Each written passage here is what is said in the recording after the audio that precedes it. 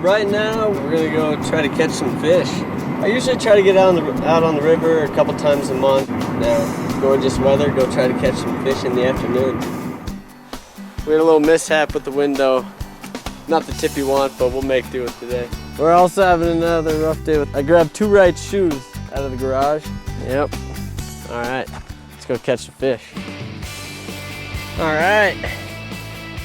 See if we got anything hiding in here. Jumping's pretty much the same thing every day, the same routine, which is awesome, but it's just good to get out and be with Mother Nature. Yeah, look at that little bugger. Just something else you get to see out on the river. I just try to enjoy every moment out on the hill. If you can lighten up the mood by breaking out the Speedo or just doing something to make your teammates laugh, that always goes a long way with team building and just everybody getting better, keeping good attitudes. And it's hilarious. Here we go. All right, got a little fish. Jumping in the morning. Whoa! Coming out. Catching a nice fish in the afternoon. Take the hook out here. Always catch and release. Yeah. Woo!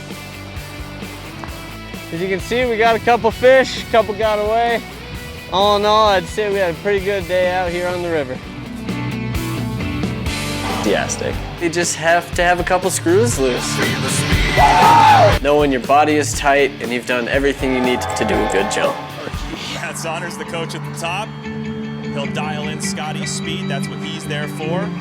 Here we go. Scotty Bahrke on the course. 2 twists on the first flip. Double full, full, full.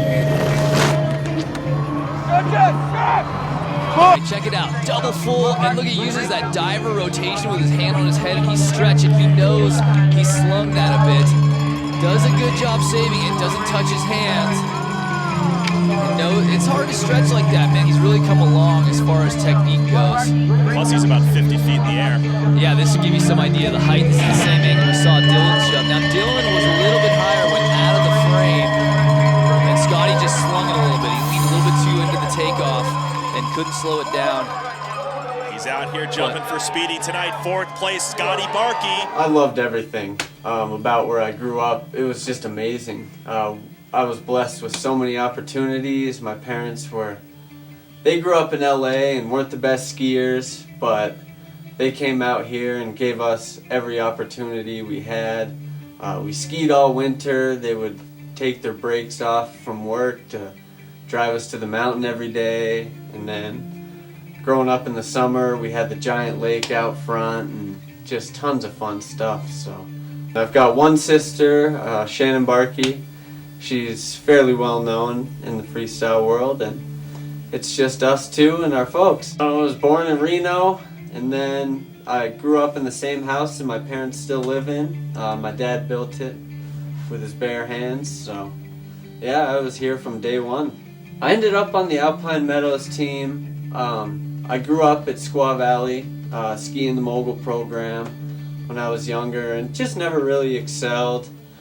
And all my friends were over at Alpine Meadows, and that's where Clay was. I grew up at Squaw Valley with him and just knew I really wanted to be back with him and all my friends. So joined the Alpine team midway through high school and was there ever since. I ended up in aerials. Just as a little kid, I used to follow Shannon around. We would go to all her competitions. I'm about 4 years younger, 5 years. And there would always be an aerial site right next to the mogul course. And I would sneak off and watch those guys all day long. So it pretty much found me, and then as I got older and older, I would go out to Park City, spend a week out there in the summer, do a bunch of front flips, a couple back flips, stuff like that. And each year probably added another week onto my summer, and I kind of just kept excelling at it and got to the point where I am now, and yeah, I can't really quit. Got too far, so it's been fun. All the camaraderie with the teammates, my cousins, Clay kicking our butt all the time. I can remember being a little bit of a pain in the butt back in the day, giving him a hard time about doing homework and all the fun stuff we wanted to do, but I don't know, I kind of just remember being a little bit of a pain in the butt when I was younger, to tell you the truth.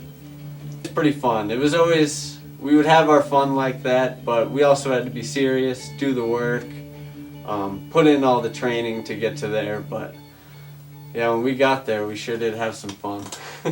One time we were walking through the Denver airport, put a surgical glove over our head, blowing it up, kind of looked like a rooster walking around. They weren't too happy with that, but yeah, it was pretty funny. You know, a lot of people don't realize until you're there how big the Olympics is. It's a big deal. And we've been fortunate to be the three of them. And if Russia's still there in another 4 months, we'll be there. And it was all clay. He foresaw that these sports were going to be taken off long before anybody else had a clue. I'm working currently on a trick called the Hurricane, which is 3 flips with 5 twists. That was made famous by Jared Speedy Peterson this past Olympics. When you've gotten to Scotty's level, where he's doing 3 flips and 5 twists, it's like, it's really hard for me to watch. Sometimes it's scary up top, absolutely terrifying, and then the other time there's just a nice, cool collect over you. And it all depends on the day, if it's windy or not, and if anybody says they're not scared up there, then they're lying, because it's pretty wild. I've broke out a little bit on the World Cup tour, got a couple podiums. I took this last season off from competition, ended up just getting beat up pretty bad. Sherry called me up and she said, I think Scotty won the World Cup. It's true, he won. It was so exciting. Over the last couple of years, won my first World Cup out in Austria, which was pretty wild. That was a dream come true as a little kid, and finally came true, yeah. And now it gave me all the motivation I needed to take a little time off and focus on Russia, because, yeah, I know I can do it now. As you take a look at the champion course. Also have a look at Casey Oakley of the United States, having a great season so far. We mic'd her up during training, so let's check out what she had to say. What's that? Tatiana? No, it's Casey. Yeah. Those ice chunks in the landing also look awesome. The bottom jump felt bigger. I like that line so much better. What do you shuffle like this on the chair? We go make you lose your mind. There we go.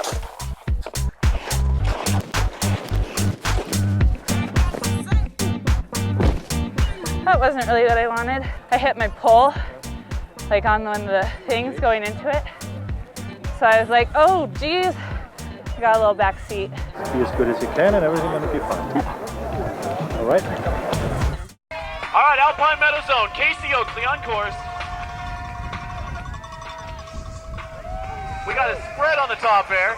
Doesn't even skip a beat. Go, Casey! Ow! Oh, and a double twister on the bottom air. Very nice. I pretty much did every sport in the books. Everything but basketball, I always say. Getting to the US ski team was a really long, hard trip. A lot of hard work, a lot of decisions, a lot of back and forth, not knowing what to do, not knowing if I liked skiing, not knowing if I wanted to go further. But ultimately, it was a passion that I followed and worked hard to make it to the US ski team. Finally decided what I wanted to do and where my goals were, and somehow I achieved them so far.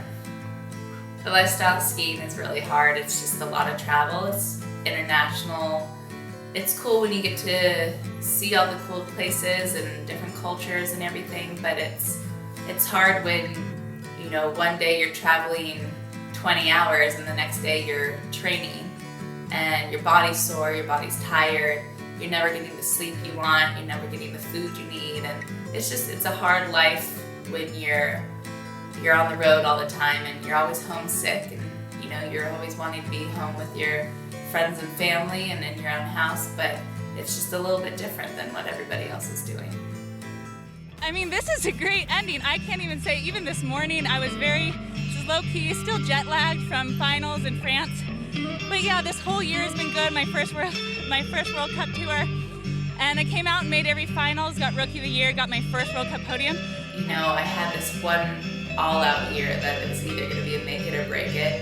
And to actually do it, I remember, you know, watching this girl blow out in her run.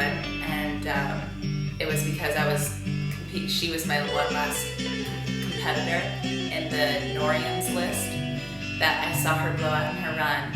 And I was like, I made the ski team. I started dancing at the top of the course. For me, my family was highly involved, especially with Clay, my cousin, being my first coach. And, you know, my mom wanted to come on all the trips then because it was somewhat of a family trip. And, you know, my Uncle Craig was always there as being a big supporter. And when I first joined the team, my cousin was on the team. So it was always, you know, it involved family. It was always something the family did together. And even growing up, you know, my dad taught me to ski. And you had to be a skier of a certain level to be qualified on the team. And you know, Clay he just take them all over the mountain, and she learned so quickly. Clay could actually go out there, and she respected Clay so much. Wouldn't listen to Dad, wouldn't listen to Mom, okay, but boy, would she listen to Clay.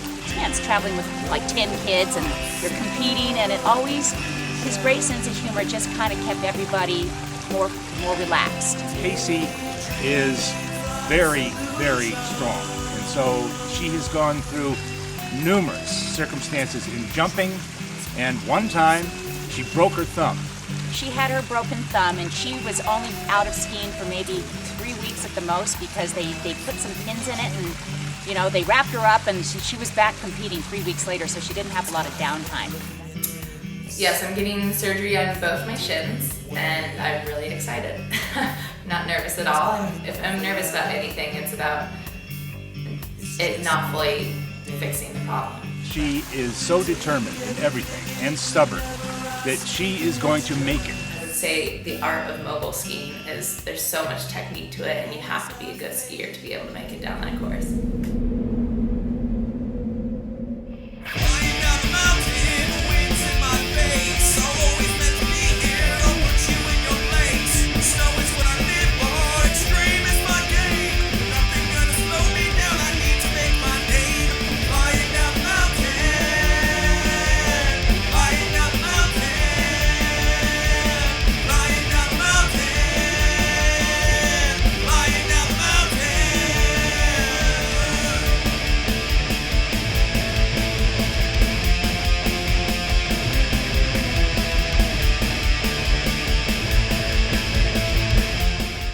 Agree with you. 21.91 for Casey Oakley puts her in the number 2 position behind her teammate Heather McPhee. But I definitely did push my level of skiing. I got better in some things, and you know, that's more important going into an Olympic season, is knowing your levels and knowing how hard you can push yourself, so that when it really counts, you know what your baseline is, and you know how to really get yourself where you want to end up. And for me, that's the podium. So after Jill passed away, I did rededicate myself. It was my do or die year, give it all. I had an unsuccessful season when Jill was sick, and that was also when I had graduated college, and I just wanted to give myself a year to really see if I could make it and dedicate myself fully to the sport. You did. Talk to me about your focus in that run. You know, duels is a different kind of game. It's just get down, beat the person next to you, and it's going all out. I always know that I have speed on my side, so I just went for it. I know Aiko's fast too, and you know, she had to keep up with comp day. It's competition, and you know, you have to know how to turn things on and off. And when you see a person, you want to support them, but when you get in the gate, you're a competitor, and when you push out of the gate, you're not thinking about your teammates and how they're doing. You're thinking about yourself and how you're going to be beating everyone else on that mountain.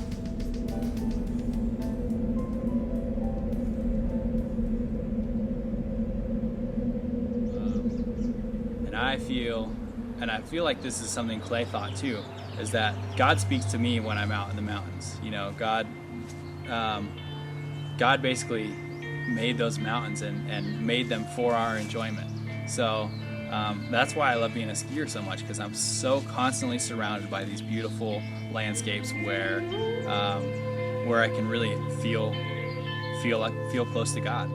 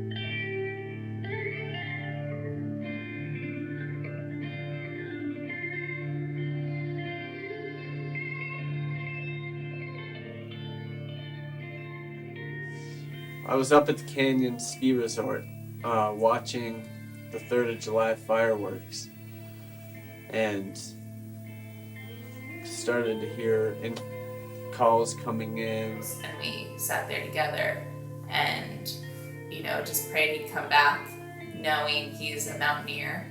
And, you know, we almost joke sometimes, being like, oh, Clay's just out for another hike. You know, he landed his plane in the middle of the woods and he's hiking his way back to us right now. I was confused. I mean, I didn't know what was happening. And we came out here the next day on an airplane to come and help look for search and rescue. And by the time I had arrived, it was already too late. They found him in the plane. So he was always encouraging me and always making me a better interviewer and things like that for skiing. And so it was ironic for me to be speaking in front of such a large group at his memorial service, because he was basically the key person in making me able to do something like that.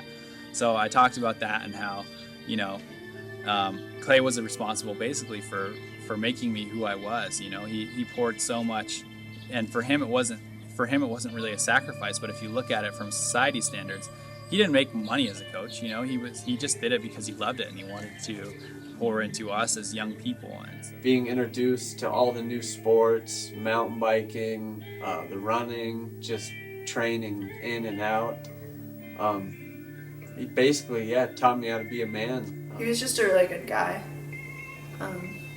He was really honest, and he just wanted us to succeed.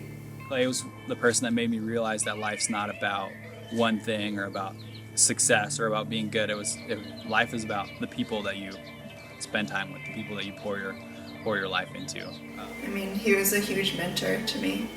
Clay was, you know, my introduction to the sport. You know, I can give him credit for everything that I'm doing right now. They say those who shine the brightest are here the shortest. You know, and that's my philosophy on Clay, is like, I just feel lucky to have known him. I think he really shaped the skier that I am today. And I like to think about what Clay's reaction would be, and in doing that, I kind of feel like he's still here hanging out with me. I still think of him every day before competitions, before jumps, before training. What would Clay think? His dream was to be a coach and to run a program and build amazing skiers. I think he'll always be a name and face, and you know, known for having one of the best freestyle teams in the world, in the nation. And not only that, but each of us will take many things that we learned from Clay into the rest of our lives. And He was a coach that encouraged his athletes to follow their dreams and be passionate about what they did. He was a coach that insisted his athletes ski the entire mountain, which not only improved their overall fitness, but produced strong skiers who were amazing in all disciplines of freestyle: aerials, moguls, slopestyle, and halfpipe. He challenged his kids to go bigger, faster, stronger, never take themselves too seriously, and have fun all at the same time. Yes, this is where all of our careers began, here in beautiful Lake Tahoe, which has produced many members of the U.S. ski team and Olympic team, and potentially, I hope, Casey, Brita, Scotty, and David. I am so glad to have been able to share all of this with you. Thank you for joining me here at beautiful Lake Tahoe, where all of our journeys began and our destinies became intertwined because of a coach, a man, and a friend who left us too soon. This is Shannon Bahrke. Best of luck to all the athletes, and go Team USA!